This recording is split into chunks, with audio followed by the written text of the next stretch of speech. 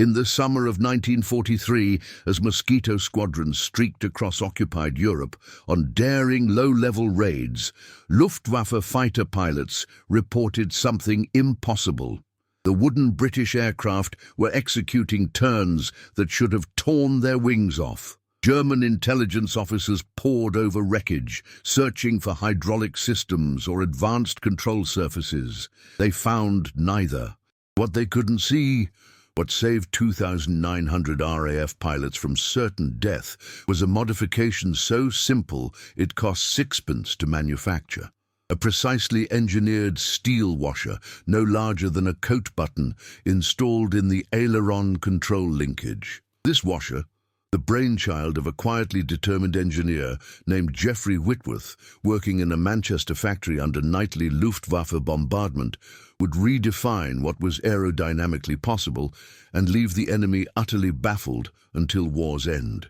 The de Havilland Mosquito entered RAF service in November 1941 amid considerable skepticism from the Air Ministry.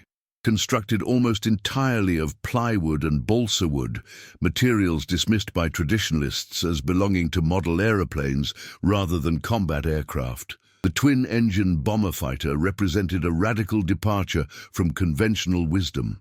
Yet its performance silenced critics. Capable of 380 mph at altitude, faster than most fighters, the wooden wonder could outrun rather than outfight the enemy. By early 1943, Mosquito squadrons were conducting precision raids deep into the Reich, their speed rendering them nearly invulnerable to interception. Nearly, but not entirely. The losses, when they came, followed a disturbing pattern. Experienced pilots, men who had survived dozens of operations over Hamburg and Berlin, were dying not in combat, but in the desperate moments after enemy contact. Flight Lieutenant James Hartley's final radio transmission, recorded at RAF Marham on 14th of March 1943, captured the phenomenon with chilling clarity. BF 109 on my tail, braking left, controls not responding, she won't turn. The transmission ended in static. Hartley's Mosquito, DZ-414, was found scattered across a Norfolk field the following morning. The post-crash investigation revealed no battle damage, no structural failure, no obvious cause. The aircraft had simply failed to maneuver when its pilot's life depended upon it. By April 1943, Bomber Command had lost 47 Mosquitoes in circumstances eerily similar to Hartley's death. The pattern was unmistakable. When pilots attempted high-speed evasive maneuvers, the violent life-saving brakes that threw pursuing fighters off their firing solution, the Mosquito's ailerons became sluggish, unresponsive, as though moving through treacle. In those critical 2 or 3 seconds of delayed response, Luftwaffe cannon fire found its mark. The casualty rate among Mosquito crews, once negligible, climbed to 7% per operation, approaching the devastating figures suffered by heavy bomber squadrons. Air Vice Marshal Donald Bennett, commander of the Pathfinder Force, which relied heavily on Mosquitoes for target marking, fired off increasingly urgent memoranda to the Air Ministry. "We are losing our best men to an enemy we cannot identify," he wrote on 22nd April 1943. "The aircraft performs magnificently in all respects save one. When a pilot needs instant response to save his life, the Mosquito betrays him. Until this is resolved, I cannot in good conscience send crews into defended airspace." Bennett's words carried weight. He was himself a Mosquito pilot of exceptional skill, holder of the Distinguished Service Order, and not given to exaggeration. The Air Ministry convened an emergency technical conference at Farnborough on 3rd May 1943. Representatives from de Havilland, the Royal Aircraft Establishment, and operational squadrons gathered in a drafty hangar to dissect the problem. Test pilots demonstrated the phenomenon repeatedly. At speeds above 300 mph, rapid aileron input produced delayed, mushy response. The aircraft would eventually roll, but those lost seconds were the difference between life and death. De Havilland's chief designer, Ronald Bishop, was visibly shaken. "The control surface geometry is sound," he insisted, gesturing at technical drawings spread across a makeshift table. The cable tensions are within specification. Aerodynamically, there's no reason for this behavior. Yet the behavior persisted, and men continued to die. The problem reached Geoffrey Whitworth's desk on 11th of May 1943, in the form of a terse Air Ministry directive delivered to Metropolitan Vickers Manchester Works, where Whitworth served as senior engineer for aircraft control systems. The directive was marked most secret and urgent, classifications that had become grimly routine in the third year of war. Whitworth, 41 years old, balding, with the perpetually ink-stained fingers of a man who thought with pencil and paper, read the technical summary 3 times before setting it down. His colleagues at Metropolitan Vickers knew Whitworth as a man of few words and fewer illusions. He had spent the previous 2 years designing hydraulic systems for Lancaster bombers, work conducted in a factory that operated around the clock despite the Luftwaffe's best efforts to destroy it. The Manchester Blitz had killed his younger brother in December 1940. Whitworth had attended the funeral, returned to his drawing board, and never spoke of it. This was the British way. Grief was private, duty was paramount, and the work continued. The mosquito problem intrigued him precisely because it defied conventional analysis. De Havilland's engineers, brilliant men undoubtedly, had examined every obvious variable: cable stretch, pulley friction, control surface balance, airframe flex. All were within acceptable parameters, yet pilots were dying. Whitworth suspected the answer lay not in what was obviously wrong, but in what everyone assumed was right. He requested, and received with surprising speed, access to a Mosquito airframe at RAF Woodford, 15 miles south of Manchester. On 18th of May, he spent 11 hours crawling through the aircraft's control systems, tracing every cable, measuring every linkage, testing every connection. His assistant, a young draftsman named Peter Mills, watched with growing bewilderment as Whitworth repeatedly manipulated the control column while observing the aileron linkages through an inspection hatch.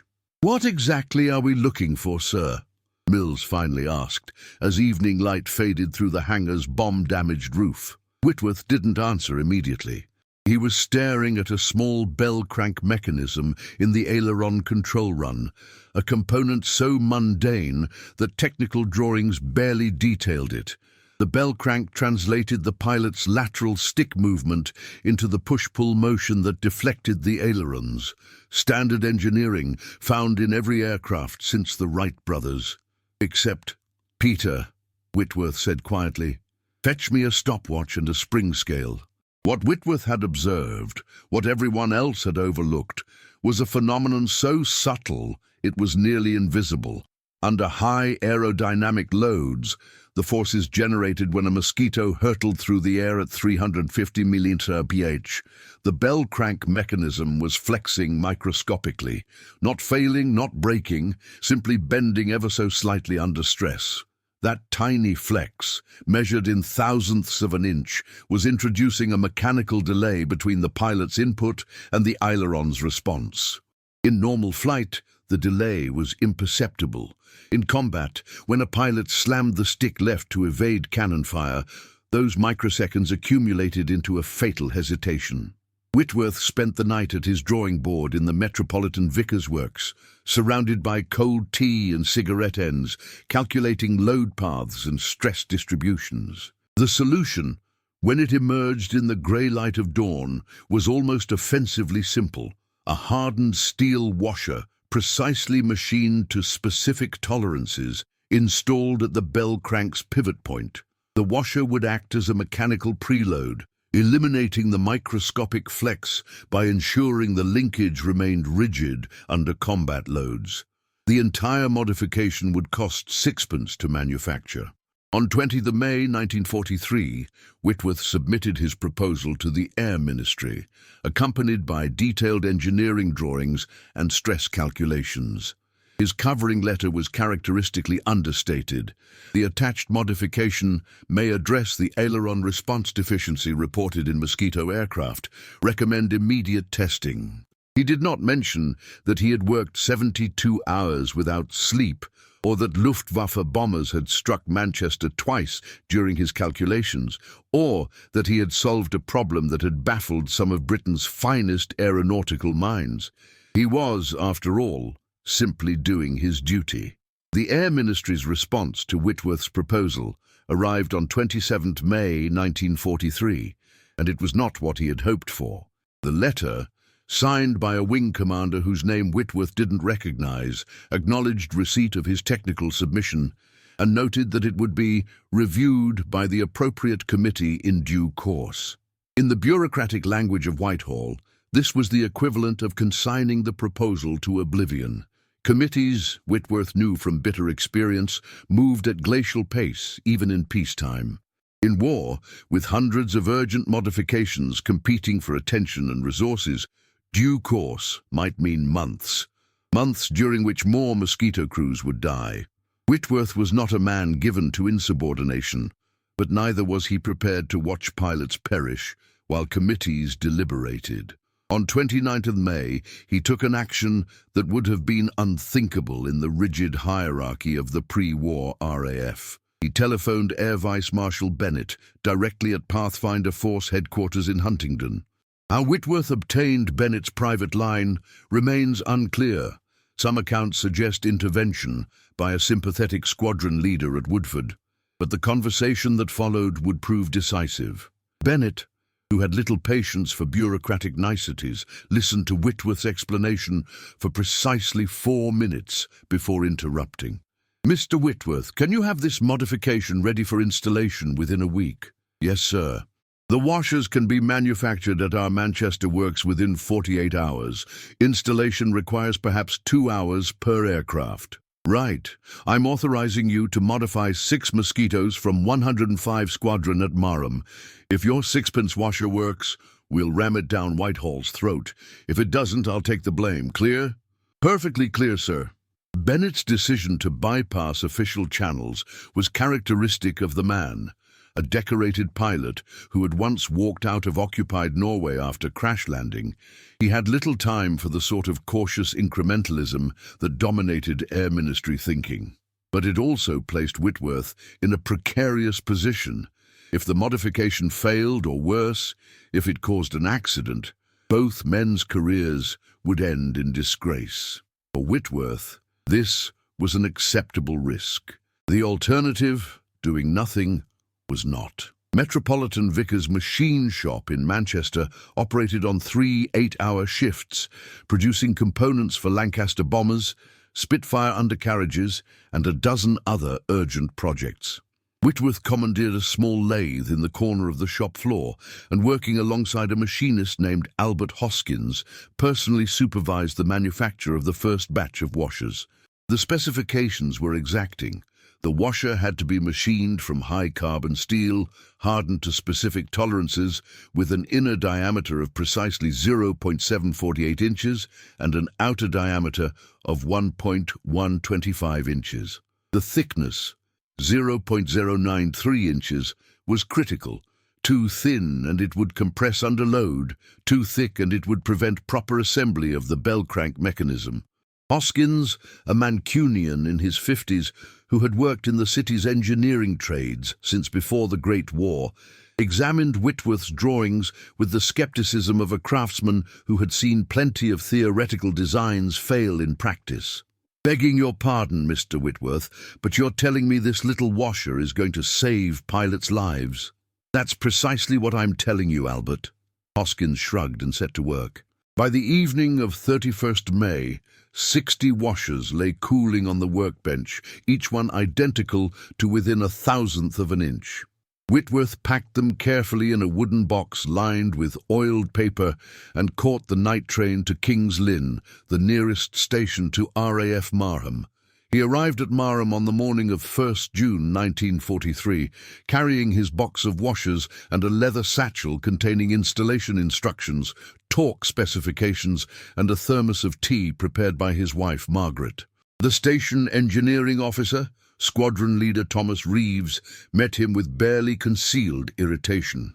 Reeves was responsible for maintaining 48 Mosquitos in operational condition, a task that consumed every waking hour and most sleeping ones.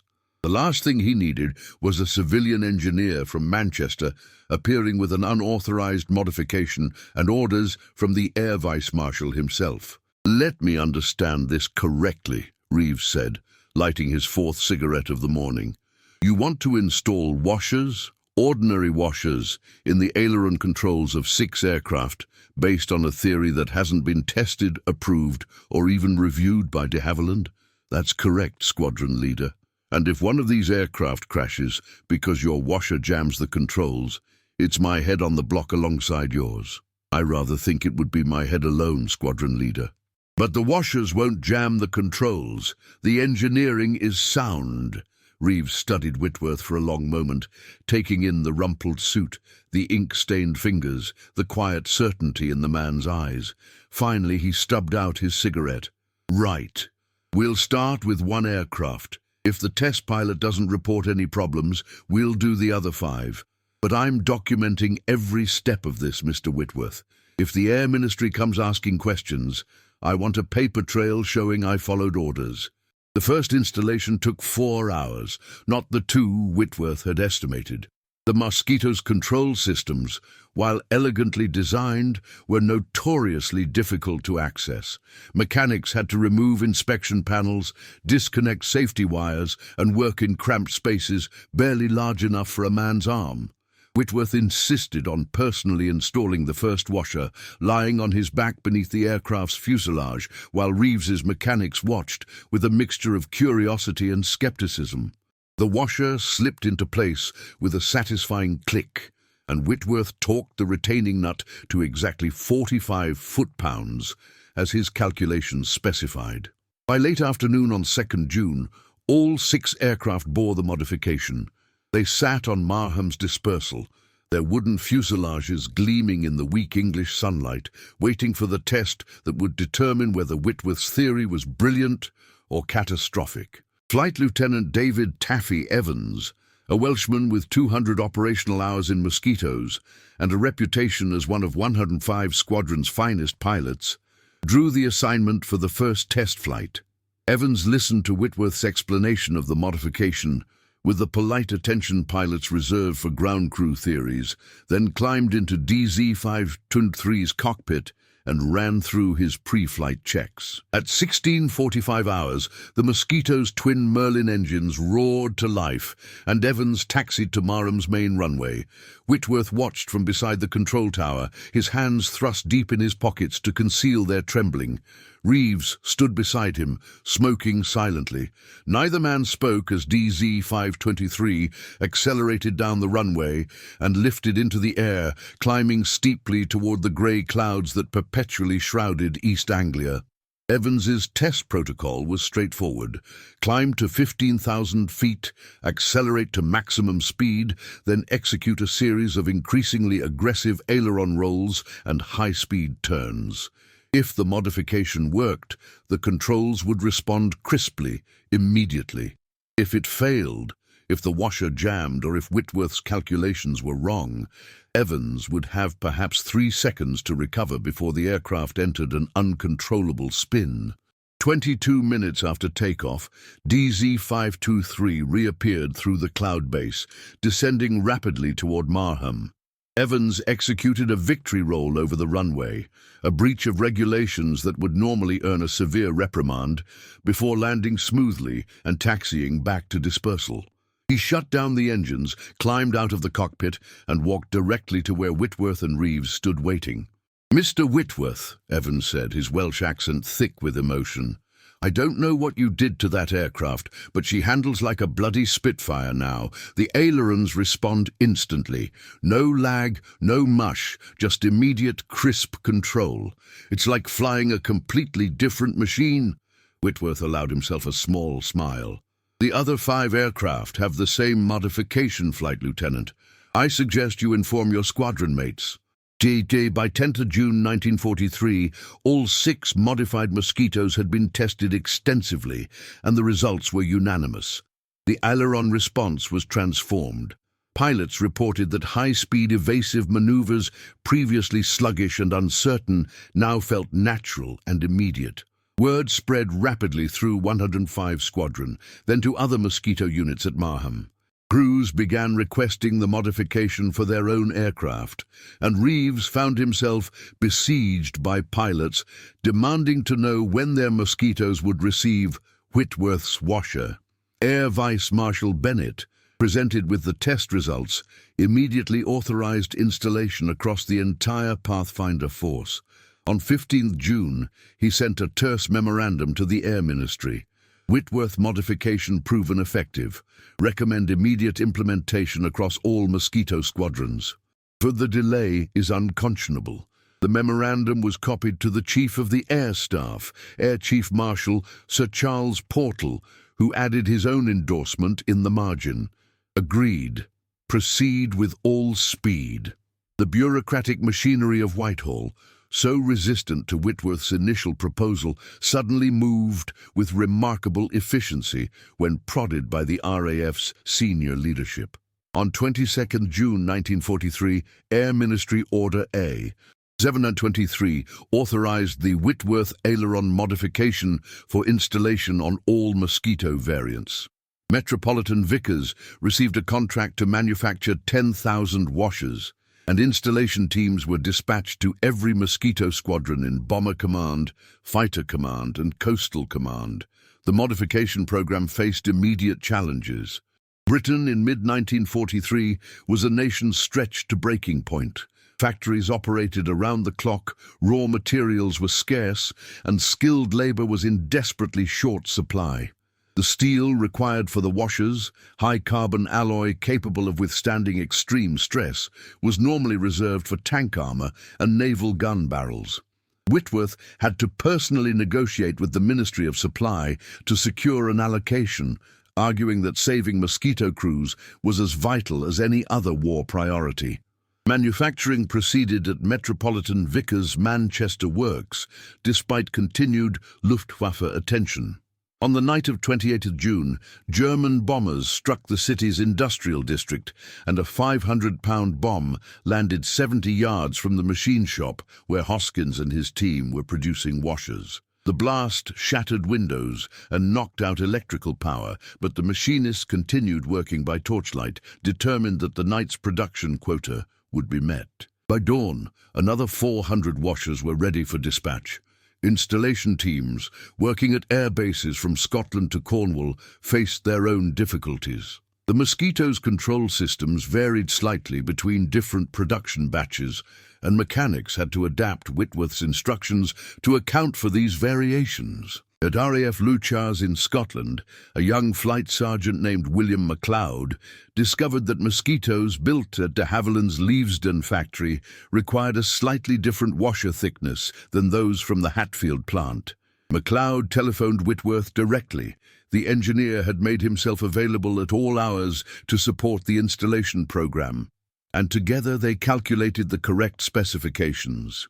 Within 24 hours, Metropolitan Vickers had manufactured a batch of modified washers for the Leavesden aircraft. By mid-July 1943, more than 300 Mosquitoes had received the modification. The impact on operational effectiveness was immediate and dramatic. Squadron loss rates, which had climbed to nearly 5% per operation in May, dropped to 1.8% in July. Pilots reported successful evasions of Luftwaffe fighters that would previously have resulted in certain death. Flight Lieutenant Michael Constable Maxwell, flying a modified Mosquito on a raid against Cologne on 18th of July, found himself pursued by two FW-190s. His combat report, filed the following morning, captured the transformation. Executed hard break left at 340 mi Cestum. Aircraft responded instantly, no hesitation. FW-190s overshot and lost contact. Previous to modification, I would not have survived this engagement. The statistics told the story with brutal clarity. Between May and July 1943, Mosquito squadrons flew 1,147 operational sorties. In May, before the modification, 47 aircraft were lost, a 4.7% loss rate. In July, with most aircraft modified, 1,203 sorties resulted in 22 losses, 1.8%. The difference represented 25 aircraft and 50 lives saved in a single month. Extrapolated across the remaining 2 years of war, Whitworth's Sixpence washer would save thousands of men. Yet even as the modification program succeeded beyond all expectations, Whitworth himself remained in Manchester, working 16-hour days to support the installation effort and resolve the inevitable technical problems that arose. He refused all recognition, declined interviews, and insisted that credit belonged to the machinists, mechanics, and pilots who had implemented his design. When a journalist from the Manchester Guardian tracked him down at the Metropolitan Vickers Works, Whitworth's only comment was, "I simply did what any engineer would do. The real heroes are the men flying those aircraft." It was, his colleagues agreed, a perfectly British response. By August 1943, Luftwaffe fighter pilots operating over occupied Europe began reporting encounters that defied their understanding of aerial combat. Oberleutnant Klaus Hartmann, a veteran of Jagdgeschwader II, with 23 confirmed victories, filed a combat report on 12 August that captured the growing bewilderment. Engaged Mosquito at 4,000 meters over Aachen, achieved firing position at 300 meters range. Target executed instantaneous aileron roll to port. Response time impossibly rapid for aircraft of this size. Lost contact. Request technical intelligence assessment of enemy capabilities. Hartmann's report was not an isolated incident. Throughout August and September 1943, similar accounts flooded into Luftwaffe intelligence headquarters in Berlin. Experienced pilots, men who had fought over Britain, Russia, and the Mediterranean, described Mosquitoes performing maneuvers that should have been aerodynamically impossible for a twin-engine bomber. The British aircraft were executing snap rolls, high-speed brakes, and violent evasive turns with a responsiveness that matched or exceeded single-engine fighters. German pilots, trained to exploit the Mosquito's supposed sluggishness in turning combat, found their tactical assumptions suddenly obsolete. Major Günther Specht, Chief Intelligence Officer for Luftwaffe 3, convened an emergency assessment conference at his headquarters near Paris on 4 September 1943. The assembled officers, fighter pilots, technical specialists, and intelligence analysts represented the cream of the Luftwaffe's operational expertise. Specht opened the meeting with characteristic Prussian directness. "Gentlemen, we have a problem. The Mosquito, which we understood to be a fast but unmaneuverable bomber, is now outturning our fighters. I require explanations." The discussion that followed revealed the depth of German confusion. Hauptmann Werner Hoffmann, a technical intelligence specialist who had examined numerous captured Allied aircraft, presented his analysis. "We have recovered wreckage from 17 Mosquitoes shot down since July. Detailed examination reveals no significant modifications to control surfaces, no hydraulic boost systems, no advanced aerodynamic devices. The aircraft are structurally identical to earlier examples, yet pilot reports consistently describe dramatically improved maneuverability." "Then the pilots are mistaken," suggested Oberst Friedrich von Maltzahn, a fighter ace with 41 victories. "Perhaps they are encountering more skilled British crews, or perhaps combat stress is affecting their judgment." Specht shook his head. "Hartmann is not prone to exaggeration, nor are the other pilots filing these reports. These are experienced men, not novices. If they say the Mosquito's handling has changed, I believe them. The question is, how?" The Luftwaffe's confusion was rooted in a fundamental misunderstanding of British engineering philosophy. German aircraft design, influenced by decades of Prussian military tradition, emphasized visible, measurable superiority, more powerful engines, heavier armament, advanced systems. The concept that a modification as simple as a precisely machined washer could transform an aircraft's performance was alien to their thinking. They searched for hydraulic systems, electronic controls, exotic materials, anything that matched their expectations of technological advancement. The idea that British engineers had solved the problem through elegant simplicity, through a sixpence component that required no power source and added negligible weight, simply did not occur to them. Oberst Hans-Joachim Jabs, commander of Nachtjagdgeschwader 1 and one of the Luftwaffe's most successful night fighter pilots, offered a different perspective. Perhaps we are asking the wrong question. Instead of asking what the British have added, we should ask what they have corrected. The Mosquito always had excellent speed and altitude performance. If they have now resolved a control response deficiency, they have created an aircraft with no significant weaknesses. Jabs's insight was closer to the truth than he realized, but even he could not imagine the actual solution. The German intelligence apparatus, sophisticated and thorough, was handicapped by its own assumptions. Abwehr agents in Britain, tasked with gathering technical intelligence, focused their efforts on aircraft factories, research establishments, and design bureaus. The idea that a critical modification might originate in a Manchester engineering works, developed by a middle-aged civilian engineer working under Luftwaffe bombardment, was beyond their operational framework. The Luftwaffe's response to the Mosquito's enhanced capabilities was predictably aggressive. On 15th September 1943, Reichsmarschall Hermann Göring, Commander-in-Chief of the Luftwaffe, issued a directive demanding immediate and decisive action against Mosquito operations. Fighter units received orders to prioritize Mosquito interceptions above all other targets. New tactics were developed, emphasizing head-on attacks that negated the British aircraft's maneuverability advantage. FW-190 and BF-109 units began flying standing patrols along known Mosquito routes, hoping to catch the British aircraft before they could accelerate to maximum speed. These measures achieved limited success. While Luftwaffe fighters did shoot down Mosquitoes, the aircraft was not invulnerable. The loss rate remained far below German expectations. British crews, emboldened by their aircraft's improved handling, pressed home attacks with increasing audacity. On 25th September, 6 Mosquitoes from 105 Squadron penetrated Berlin's defences in broad daylight, bombed the Gestapo headquarters with pinpoint accuracy, and escaped without loss, despite intense fighter opposition. The raid, conducted during a speech by Göring himself, was a humiliating demonstration of the Luftwaffe's inability to protect the Reich's capital.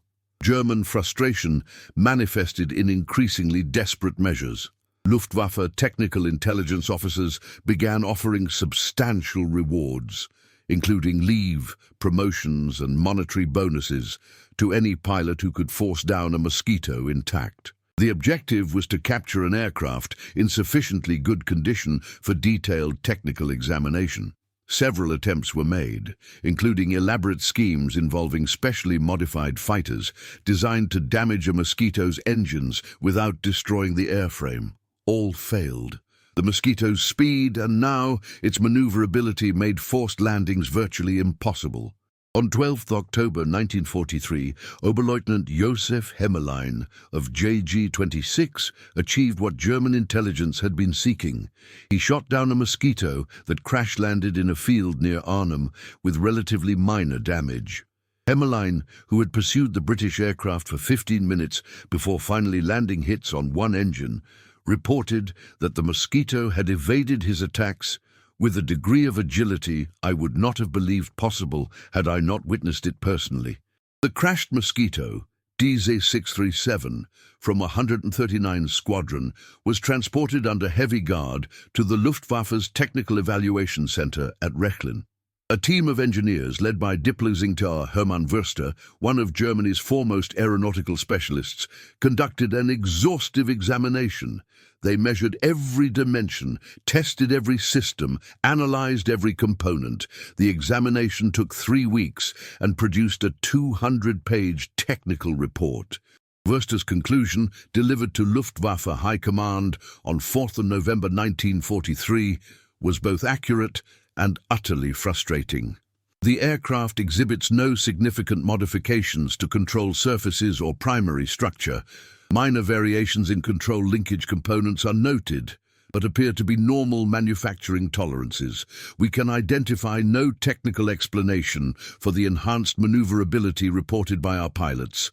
Recommend continued investigation.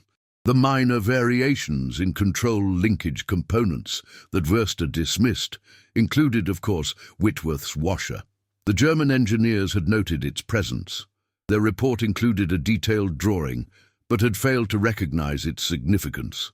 To them, it was simply a spacer, a mundane component found in countless mechanical assemblies. The idea that this unremarkable washer was the key to the Mosquitos' transformation never occurred to them. They were looking for sophistication, for advanced technology, for the sort of complex solution that German engineering culture valued. They could not see the genius in simplicity. The psychological impact of the Mosquitos' enhanced capabilities extended beyond tactical frustration. Luftwaffe pilots, who had entered the war confident in their aircraft's superiority and their own skill, now faced an opponent that seemed to improve with each passing month, while their own situation deteriorated. Fuel shortages, pilot attrition, and the relentless pressure of Allied bombing were eroding the Luftwaffe's effectiveness. The Mosquito, untouchable and deadly, became a symbol of British resilience and ingenuity. A wooden aircraft that outperformed Germany's best metal fighters. Lieutenant Friedrich Lang, a young pilot with JG-3, captured this sentiment in a letter to his family dated 18th November 1943. We call them Holzpest, the wooden plague. They appear from nowhere, strike with precision, and vanish before we can respond. Our commanders tell us to press the attack, but what can we do when the enemy aircraft turns inside our own? It is like fighting ghosts. Lang's letter, intercepted by British intelligence and translated at Bletchley Park, was circulated among RAF commanders as evidence of the Mosquito's psychological impact. Air Vice Marshal Bennett, reading the translation, permitted himself a rare smile. "Ghosts," he murmured.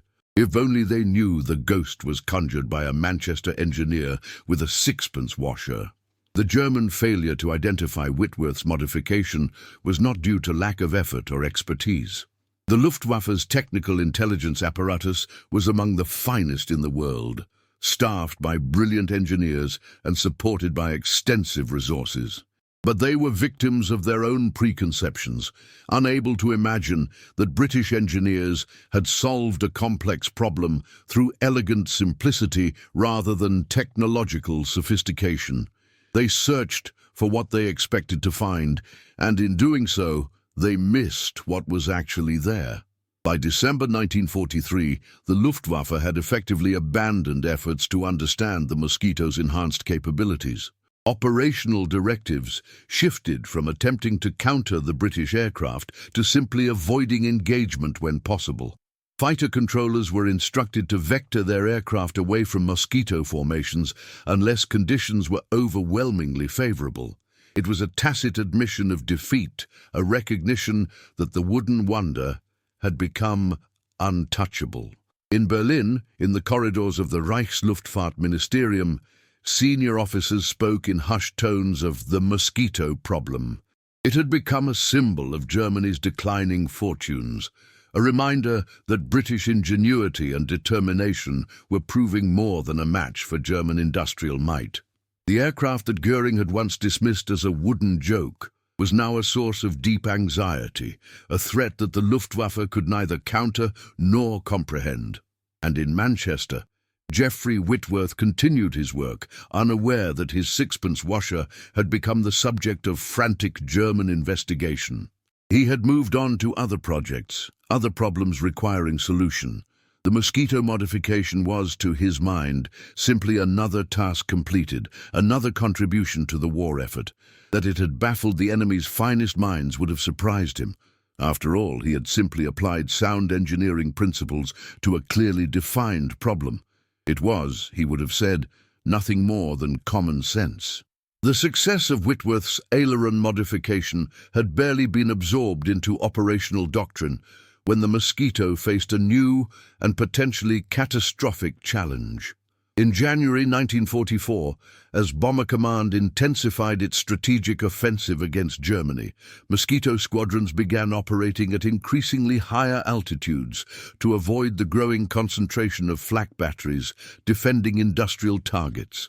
The thin air above 30,000 feet placed unprecedented demands on the aircraft's Rolls-Royce Merlin engines, and by mid-February, a disturbing pattern emerged. Engine failures were occurring with alarming frequency at high altitude.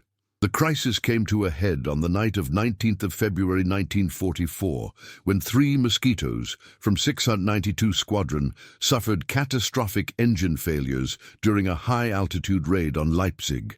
2 crews managed to restart their engines and limp home on one power plant. The third, flown by Flight Lieutenant Anthony Carlisle and his navigator Pilot Officer James Webb, was not so fortunate. Their Mosquito MM-398 fell from 32,000 feet in a silent glide, its twin Merlins dead. Carlisle's final radio transmission, calm despite the circumstances, reported, "Both engines failed simultaneously. No response to restart procedures. Abandoning aircraft." Both men parachuted safely and were captured, but the loss of the aircraft and the circumstances of the failure sent shockwaves through Bomber Command. Air Vice Marshal Bennett, now thoroughly convinced of Whitworth's capabilities, requested his immediate assistance. On 23rd of February, Whitworth received a telephone call at his Manchester home at 11:30 in the evening. Bennett's voice, crackling over the secure line, was characteristically direct. "Mr. Whitworth, we have another problem. High-altitude engine failures. 3 aircraft lost this week, more experiencing difficulties. Can you help?" Whitworth, who had been preparing for bed, was at RAF Marham by dawn the following morning. Squadron leader Reeves, now a firm ally after the aileron modification success, had arranged for a Mosquito to be prepared for high-altitude testing. The aircraft, DZ-701, had experienced engine roughness at 31,000 feet during a recent operation, but had returned safely. Whitworth spent the morning examining the engines, interviewing the crew, and reviewing maintenance logs. The pattern he discovered was subtle, but unmistakable. Engine failures occurred almost exclusively above 28,000 feet, typically after 15 to 20 minutes of sustained high-altitude flight. The engines would lose power gradually, then fail completely, and attempts to restart them were usually unsuccessful. Rolls-Royce engineers, consulted by telephone, were baffled. The Merlin 25 engines powering the Mosquito were proven designs, reliable and powerful. There was no obvious reason for high-altitude failures. Whitworth requested permission to fly in a Mosquito during a high-altitude test flight, an unusual request for a civilian engineer, but one that Bennett approved without hesitation.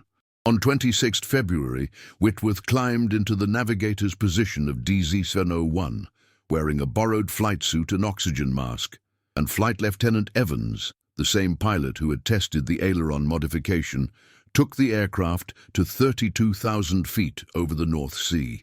What Whitworth observed during that flight would lead to his second critical modification. At high altitude, with the engines straining to maintain power in the thin air, he noticed a faint but distinct vibration in the airframe. The vibration was rhythmic, pulsing at approximately 3 cycles per second, and it seemed to correlate with the engine's supercharger operation. Whitworth, lying awkwardly in the navigator's position with his hand pressed against the fuselage, felt the vibration increase in intensity as Evans pushed the engines to maximum continuous power.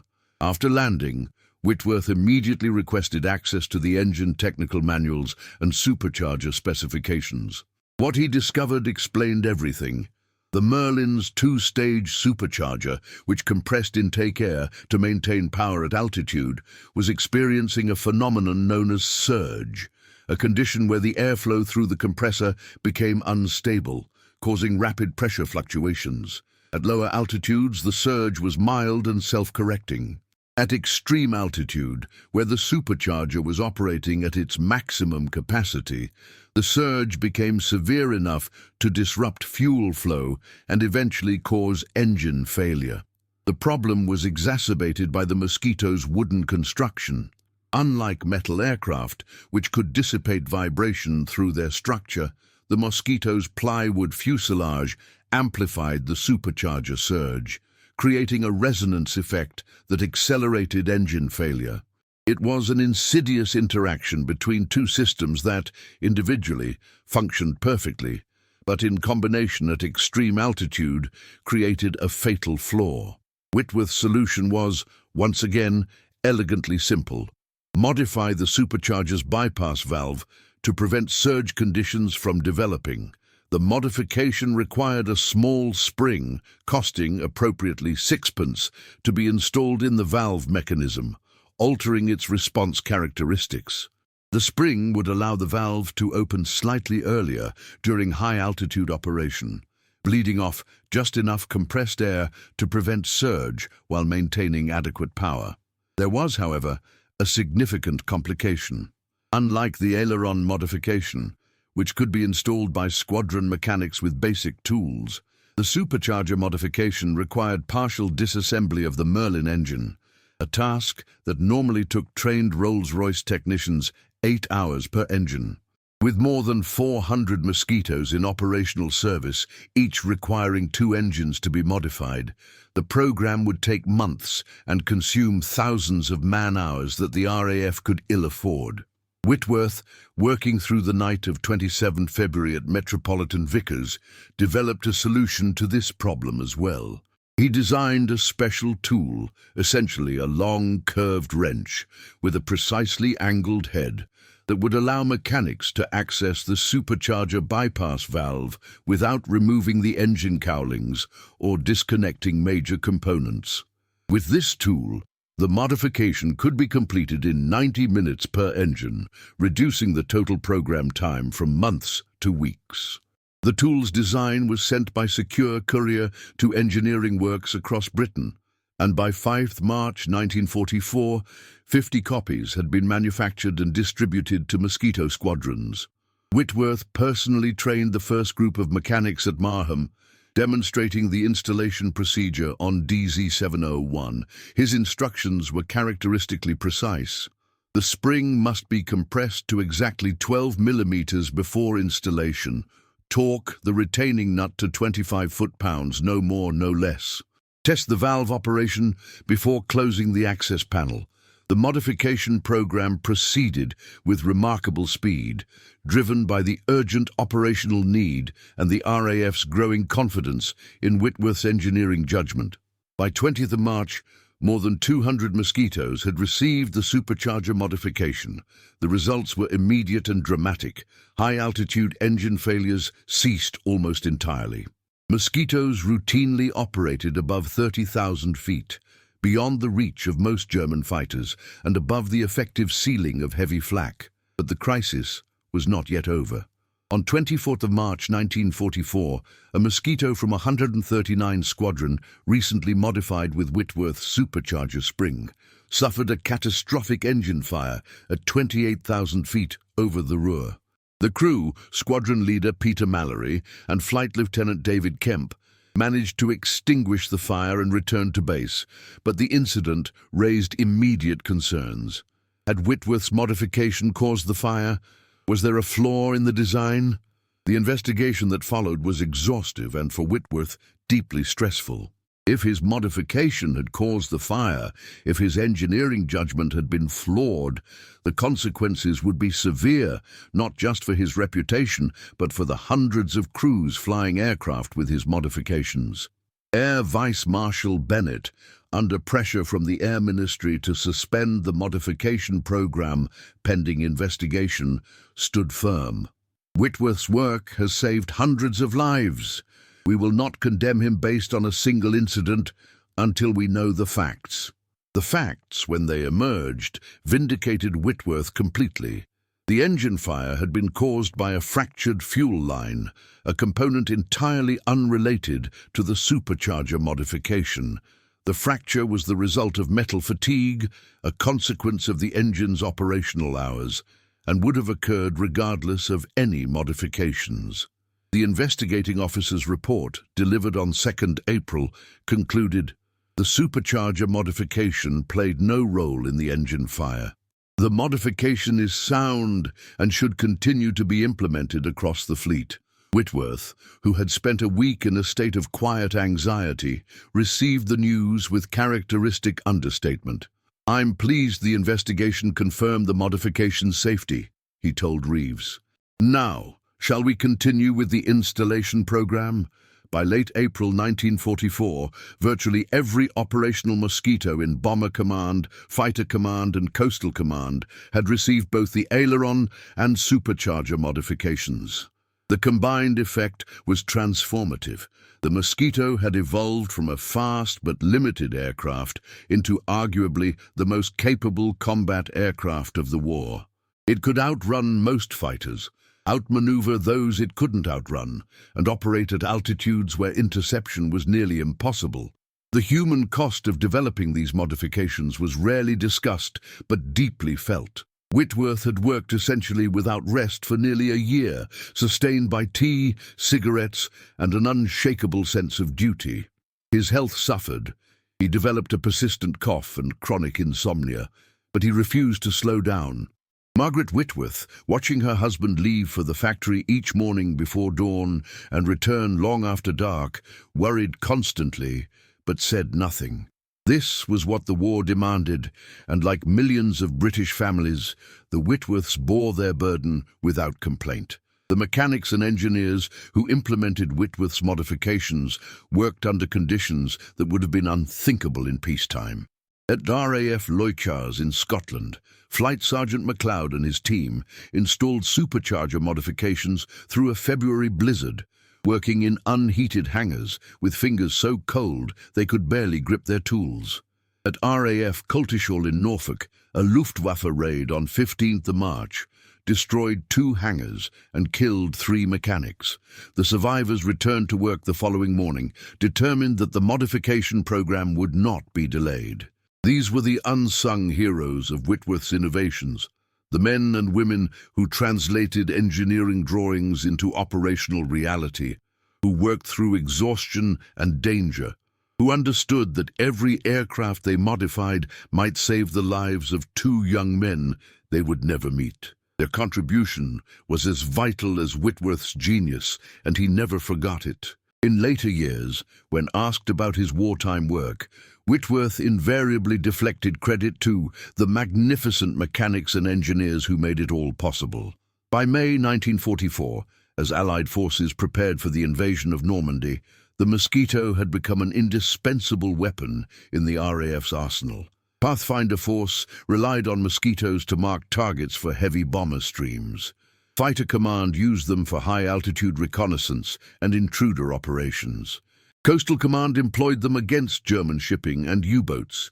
In every role, the aircraft's enhanced capabilities, born from Whitworth's 2 Sixpence modifications, made the difference between success and failure, between life and death. The Luftwaffe, still struggling to understand the Mosquito's transformation, had effectively conceded defeat.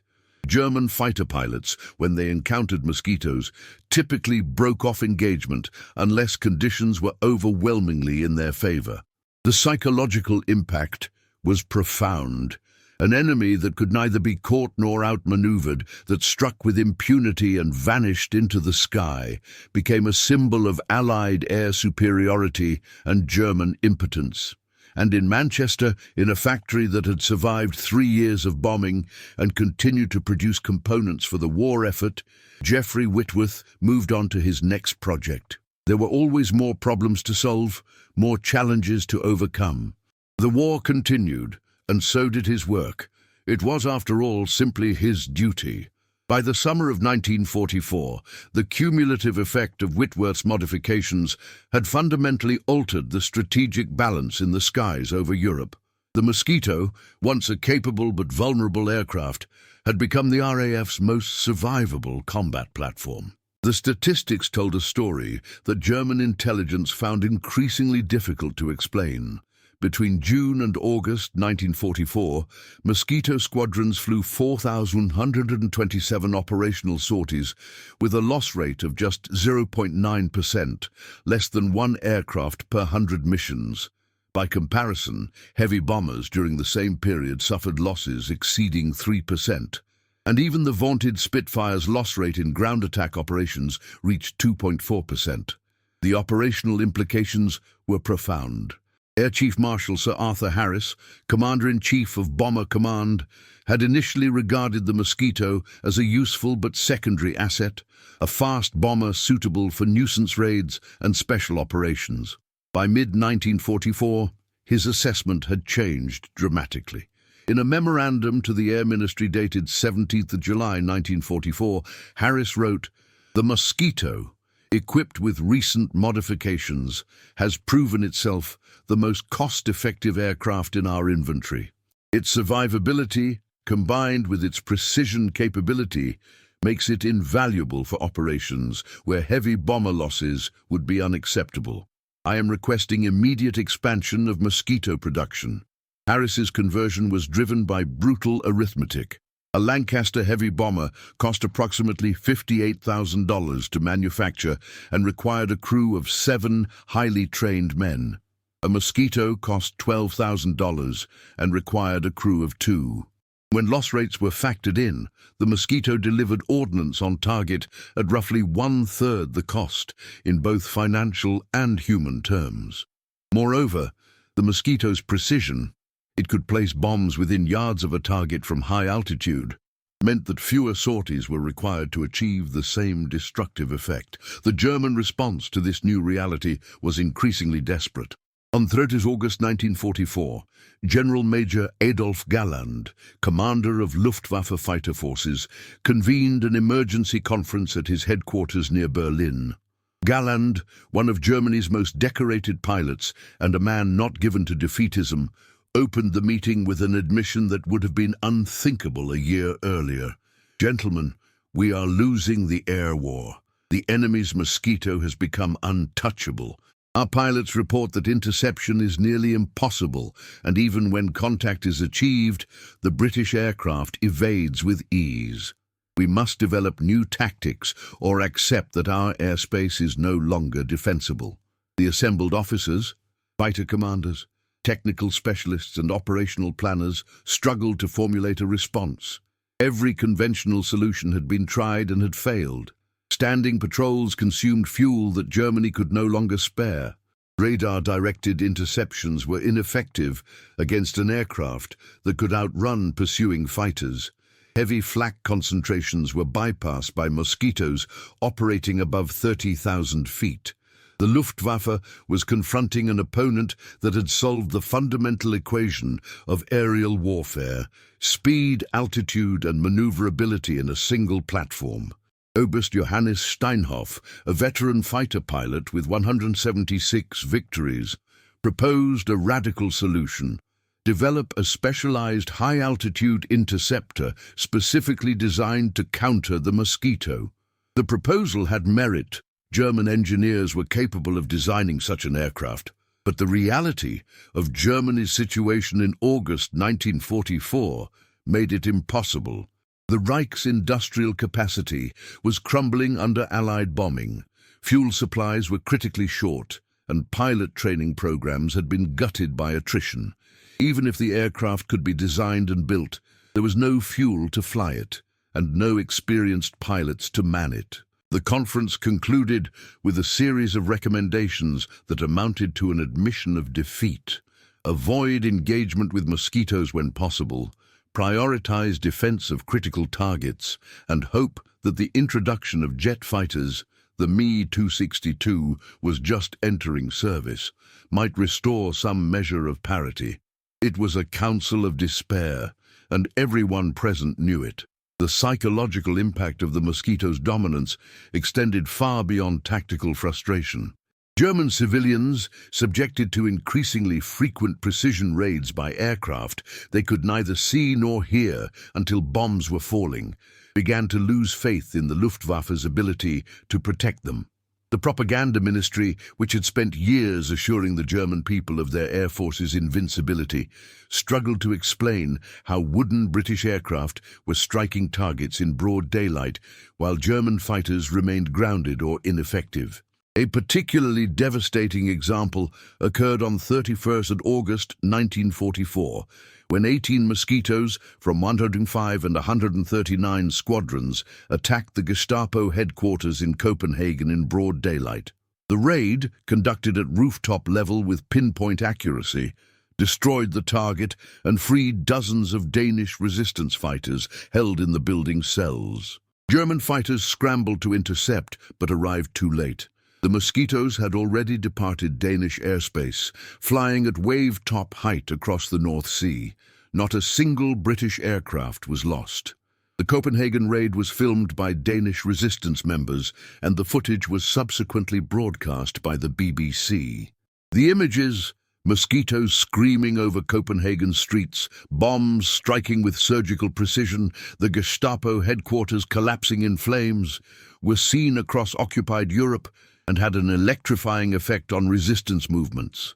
Here was proof that the Allies could strike anywhere, any time with impunity. The psychological impact on German morale was equally profound. If the Luftwaffe could not protect a target as important as the Gestapo headquarters, what could it protect? Luftwaffe intelligence, still struggling to understand the Mosquito's capabilities, finally achieved a breakthrough in September 1944. A Mosquito from 692 Squadron, damaged by flak over Hamburg, made an emergency landing in neutral Sweden. Swedish authorities, under pressure from both Britain and Germany, allowed German technical experts to examine the aircraft under supervision. The examination, conducted over 3 days, was exhaustive. Dippel-Ing, Hermann Wurster, who had examined the crashed Mosquito at Rechlin a year earlier, led the German team. This time, with an intact aircraft and unlimited access, he conducted a component-by-component analysis. On the second day of examination, while inspecting the aileron control linkages, he discovered Whitworth's washer. Wurster's report, filed on 18th September 1944, finally explained the mystery. A hardened steel washer, precisely machined to specific tolerances, has been installed at the aileron bell crank pivot point. This component eliminates mechanical flex under high aerodynamic loads, resulting in instantaneous control response. The modification is mechanically simple, but aerodynamically sophisticated. Estimated cost, negligible. Estimated impact on aircraft performance, transformative. Conclusion: British engineers have achieved, through elegant simplicity, what we sought through complex systems. The modification could be replicated on our own aircraft, but current industrial capacity makes implementation impossible. Wurster's final sentence captured the tragedy of Germany's situation. Even when they finally understood the solution, they lacked the resources to implement it. The Luftwaffe's fighter force, decimated by attrition and starved of fuel, was in no position to undertake a fleet-wide modification program. The knowledge came too late to matter. The discovery of Whitworth's modification had one immediate effect. It ended any remaining German hope of countering the Mosquito through tactical innovation. If the British had solved the problem through a sixpence washer, a modification so simple that any competent mechanic could install it. Then there was no secret weapon to capture, no advanced technology to copy, no miracle solution waiting to be discovered.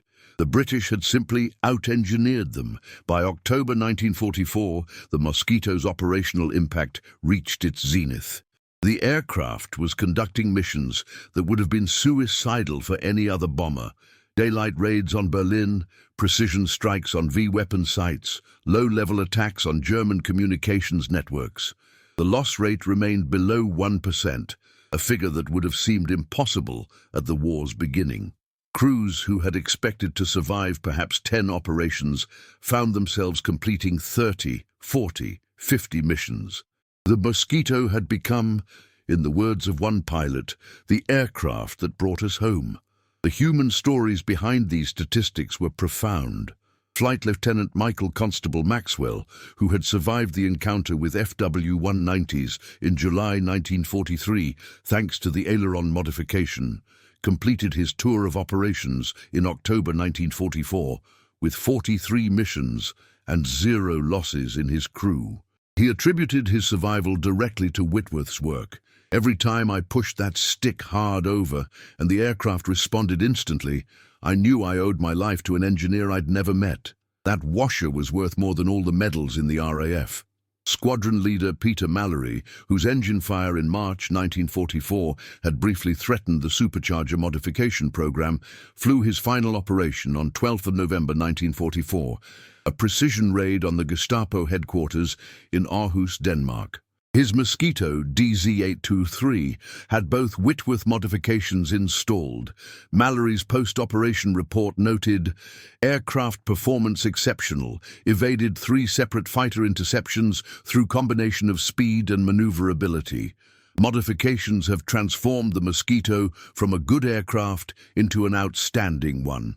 The statistical evidence of Whitworth's impact became undeniable when the RAF's Operational Research Section conducted a comprehensive analysis in December 1944. The study, classified most secret and not declassified until 1972, compared Mosquito loss rates before and after the modifications. May 1943, pre-modification, 4.7% loss rate per operation. December 1944, post-modification, 0.8% loss rate per operation. The study calculated that Whitworth's modifications had directly saved approximately 2,900 aircrew lives between June 1943 and December 1944. The figure was conservative, accounting only for losses that would statistically have occurred at pre-modification rates.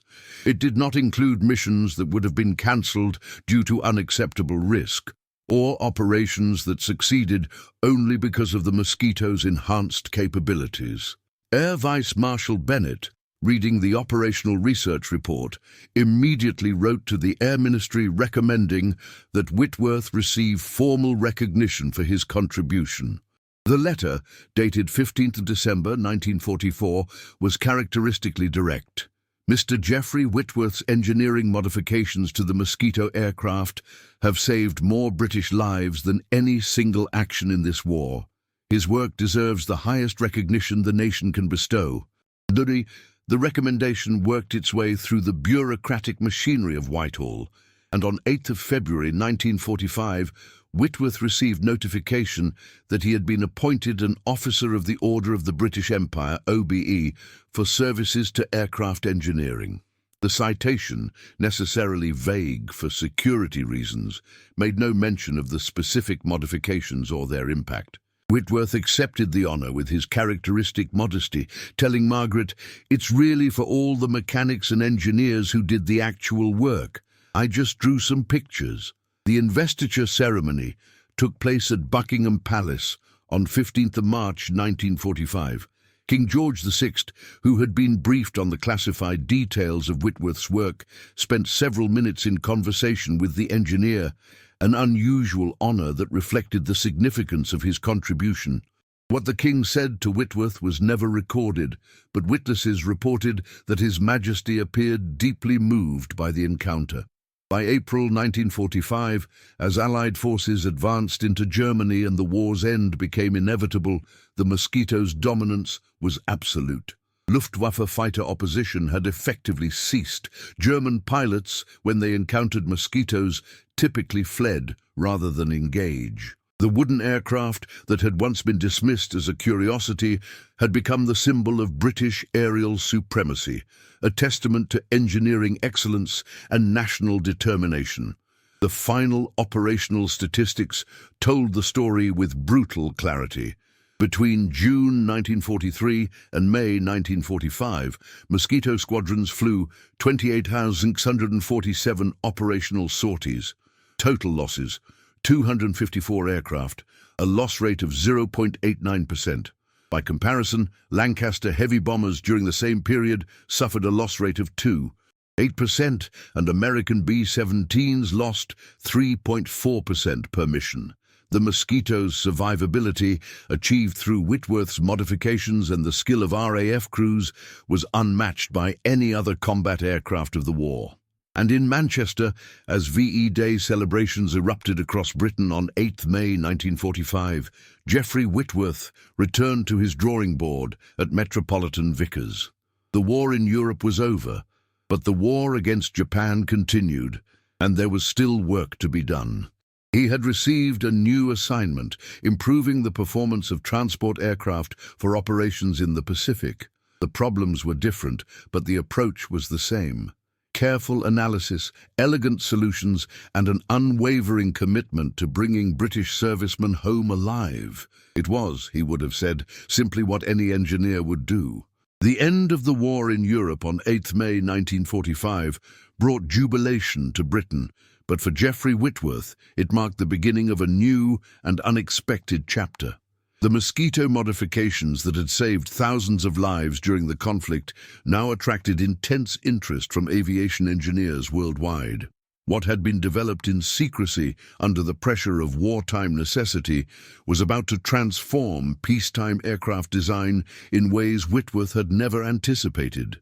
The first indication of this broader impact came in July 1945, when the Royal Aeronautical Society invited Whitworth to present a paper on his wartime work. The invitation, signed by Sir Roy Fedden, one of Britain's most distinguished aircraft engine designers, noted, "Your modifications to the Mosquito represent a significant advance in control system design. The Society would be honored to hear your insights." Whitworth, who had never presented to an academic audience and was deeply uncomfortable with public speaking, initially declined. It took a direct order from Air Vice Marshal Bennett, by now a firm friend, to change his mind. The presentation, delivered at the Royal Aeronautical Society's London headquarters on 15th of September 1945, was attended by more than 200 engineers, designers, and military officers. Whitworth, wearing his only suit and clutching a sheaf of technical drawings, spoke for 45 minutes about the development of the aileron and supercharger modifications. His delivery was hesitant, his manner self-effacing, but the content was revolutionary. He had not merely solved specific problems with the Mosquito, he had identified fundamental principles of control system design that applied to all aircraft. The response was immediate and enthusiastic. Sir Geoffrey de Havilland, whose company had built the Mosquito, stood to acknowledge that Whitworth's modifications had transformed a good aircraft into a great one. Representatives from the United States Army Air Forces, present as observers, requested copies of all technical documentation for evaluation by American designers. The Soviet Union, through its military attaché in London, made similar requests, though these were politely declined on security grounds. But the most significant response came from the nascent civil aviation industry. The war had produced thousands of trained pilots and hundreds of surplus aircraft, and entrepreneurs across Britain were establishing airlines to serve a world hungry for rapid transportation. These early airlines faced a critical challenge. Military aircraft, designed for combat, were often difficult to control and required extensive pilot training. Whitworth's work suggested that relatively simple modifications could make aircraft more responsive and easier to fly, exactly what civil aviation needed.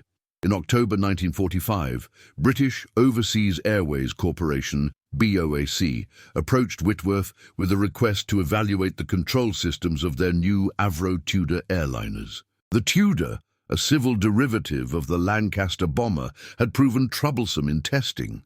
Pilots reported heavy, unresponsive controls that made the aircraft exhausting to fly on long routes. Could Whitworth's principles be applied to solve the problem? Whitworth, who had returned to Metropolitan Vickers expecting to resume his pre-war work on industrial machinery, found himself drawn back into aviation. The Tudor's control problems were different from the Mosquitos. The civil airliner was much larger and heavier, but the underlying principles were the same. After 3 weeks of analysis, Whitworth proposed a series of modifications to the Tudor's control linkages, incorporating the lessons learned from his wartime work. The modifications were implemented on a test aircraft in December 1945, and the results were dramatic. Pilots reported that the Tudor's handling was transformed, becoming light and responsive. BOAC's chief pilot, Captain O.P. Jones, a veteran of both military and civil aviation, was effusive in his praise. Mr. Whitworth has made the Tudor a pleasure to fly. What was previously an exhausting aircraft for long-haul operations is now comfortable and responsive. This will directly improve safety and reduce pilot fatigue. BOAC immediately ordered the modifications installed across their entire Tudor fleet and recommended Whitworth's services to other airlines. Word spread rapidly through the aviation industry. By mid-1946, Whitworth had consulted on control system designs for a dozen different aircraft types, from small private planes to large transports. His reputation grew, and with it came offers of lucrative positions from aircraft manufacturers and airlines. He declined them all, preferring to remain at Metropolitan Vickers, where he could work on diverse projects without the constraints of corporate politics. The broader impact of Whitworth's work became apparent as post-war aircraft designs incorporated his principles. The de Havilland Comet, the world's first jet airliner, featured control systems designed with explicit reference to Whitworth's modifications. The Vickers Viscount, Britain's highly successful turboprop airliner, incorporated similar principles.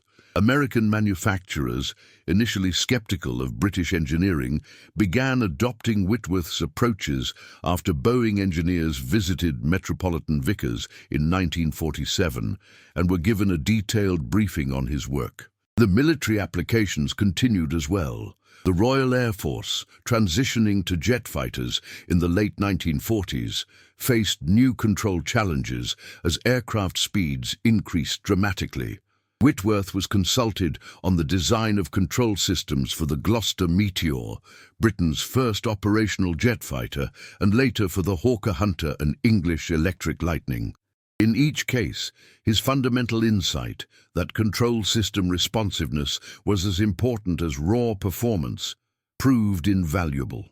But perhaps the most significant legacy of Whitworth's work was its influence on engineering education.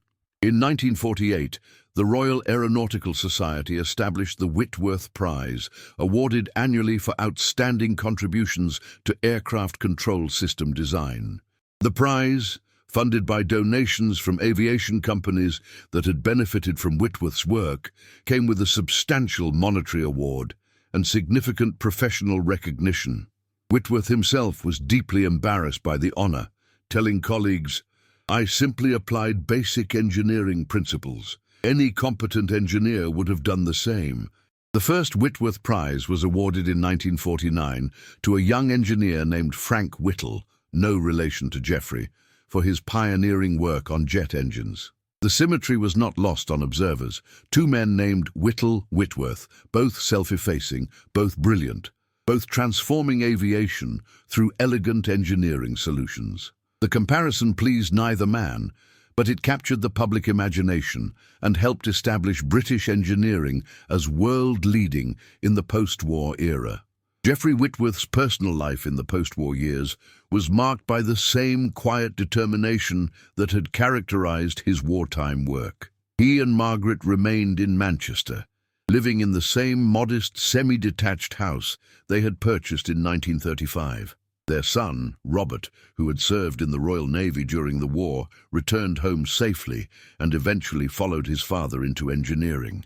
Whitworth took quiet pride in Robert's career, but never discussed his own wartime contributions with his son. Such matters, in his view, were private. The full extent of Whitworth's impact remained classified until 1972, when the British government began declassifying wartime technical documents. The Operational Research Section's report, calculating that his modifications had saved 2,900 lives, was finally made public. Journalists discovering the story descended on Whitworth's Manchester home seeking interviews. He granted exactly one to a reporter from the Manchester Guardian, and his comments were characteristically brief. "I was fortunate to be in a position to help. Many others contributed far more than I did. The real heroes were the men who flew the aircraft." The aviation industry, however, recognized the magnitude of his contribution. In 1975, on the 30th anniversary of VE Day, the Royal Aeronautical Society held a special ceremony honoring engineers whose wartime work had proven transformative. Whitworth, now 73 years old and in declining health, was the guest of honor. Air Chief Marshal Sir Michael Beetham, Chief of the Air Staff, delivered a speech that finally publicly acknowledged what Whitworth had achieved. Geoffrey Whitworth's modifications to the Mosquito aircraft represent one of the most significant engineering contributions to Allied victory. His work saved thousands of lives, enabled operations that would otherwise have been impossible, and established principles that continue to influence aircraft design today. He exemplifies the best of British engineering: practical, innovative, and utterly dedicated to the service of others. The Royal Air Force and the nation owe him a debt that can never be fully repaid. Whitworth, listening from the front row with Margaret beside him, appeared uncomfortable with the praise. But those who knew him well noticed that his eyes were bright with emotion. For a man who had spent his life in quiet service, who had never sought recognition or reward, the acknowledgement meant more than he would ever admit. Geoffrey Whitworth died on 12 March 1979 at the age of 77. His funeral, held at Manchester Cathedral, was attended by more than 500 people, including senior RAF officers, aviation industry leaders, and dozens of former Mosquito pilots who had flown aircraft with his modifications. The eulogy, delivered by Air Vice Marshal Bennett, himself now elderly but still sharp-minded, captured the essence of the man. Geoffrey Whitworth was the embodiment of British engineering at its finest. He saw problems clearly, thought deeply, and acted decisively. He never sought glory, never demanded recognition, never complained about the burden he carried. He simply did his duty, and in doing so, he saved thousands of lives and changed aviation forever. We shall not see his like again. The legacy of Whitworth's work extends far beyond the specific modifications he developed. His approach to engineering, careful analysis, elegant simplicity, relentless focus on practical results, became a model for post-war British engineering education. The principles he established for control system design remain relevant in the 21st century, applied to everything from commercial airliners to military fighters to spacecraft. The Mosquito itself, the aircraft that Whitworth's modifications transformed, has achieved legendary status in aviation history. More than 7,700 were built during the war, and they served in virtually every theater of operations. Post-war, many were converted for civil use, serving with airlines and private operators into the 1960s. Several remain airworthy today, preserved by enthusiasts who recognize the aircraft's historical significance. When these Mosquitos fly at air shows, thrilling crowds with their speed and agility, few spectators realize that the aircraft's legendary handling characteristics owe much to a Manchester engineer's sixpence washer. In 2003, the Royal Air Force Museum at Hendon opened a permanent exhibition on the Mosquito, featuring a detailed section on Whitworth's modifications. The centerpiece is one of the original washers, displayed alongside technical drawings and photographs of Whitworth at work. The exhibition text concludes with a quote from Air Vice Marshal Bennett. "This simple component, costing sixpence to manufacture, was worth more than its weight in gold. It represents the triumph of British ingenuity over adversity, and it saved more lives than any weapon we possessed."